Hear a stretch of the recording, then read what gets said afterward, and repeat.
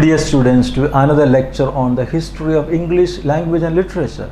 Now we are discussing the history of English literature of the early 20th century. We have already introduced modernism, the general background to modernism. We also talked about some of the important characteristics of modernism in literature. And in our lecture today, we shall talk about modernist poetry. Modernist poetry. The modernist tendencies first appeared in the poetry of G.M. Hopkins, Gerard Manley Hopkins, who lived from 1844 to 1899. Now his poem, G.M. Hopkins' poems are noted for his sprung rhythm. What is sprung rhythm? Is an irregular system of prosody. It was developed by G.M. Hopkins. So his poetry is noted for sprung rhythm, complex verbal pattern, and disregard for normal syntax. The quintessence of modernism in poetry is found in the Wasteland by Ts Eliot. Yes, Wasteland is a famous poem, we will discuss about it. And Ulysses by James Joyce. Now Ts Eliot will explicate the manifesto of the modernist theory, modernist poetry, and practice in his essay Tradition and Individual Talent. So modernism in poetry. Now poetry is not turning loose of emotion, but an escape from emotion. It is not an expression of personality, but an escape from personality. These are the modernist thinkings about poetry. Now we shall mention some of the important characteristics of the modernist poetry. The first characteristic that we can remember is that the modernist poetry will break with the traditions, will break away from the traditions. It is also said that there was a revival of tradition as well.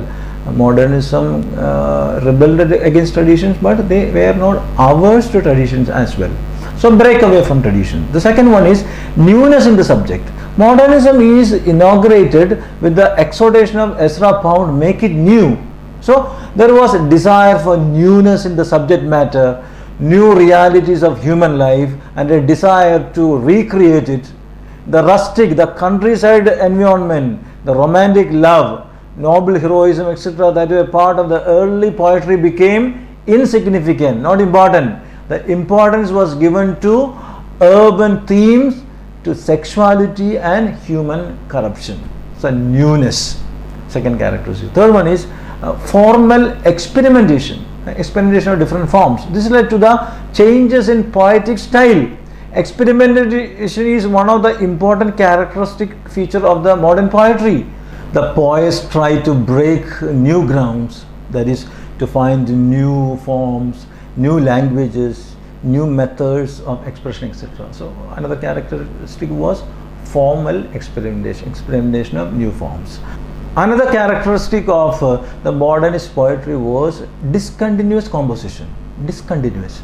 Poetry was no more a well-knit mosaic in which meaning evolves gradually from part to part, but it is discontinuous. Poetry was structured as dissimilar units of meaning placed one after another. It is not continuous, it is discontinuous. One perfect example of this discontinuous composition is The Wasteland by Ts Eliot. The modernist poets saw continuity as a romantic illusion which cannot express the modern anguish or modern torment or modern disillusionment. It should be discontinuous. Poetry was an interrupted sequence of images. Now this idea was supported by the psychological theories of the times as well. So it is irregular, discontinuous, written without any meter, written without any rhyme scheme, and sometimes written in prose-like. The prose poem. So discontinuous composition was another characteristic of modernist poetry. Another characteristic was free verse. What is free verse? Free verse is a literary device that can be defined as poetry that is free from imitations of regular matter or imitations of rhythm, and does not have any rhyme and fixed form.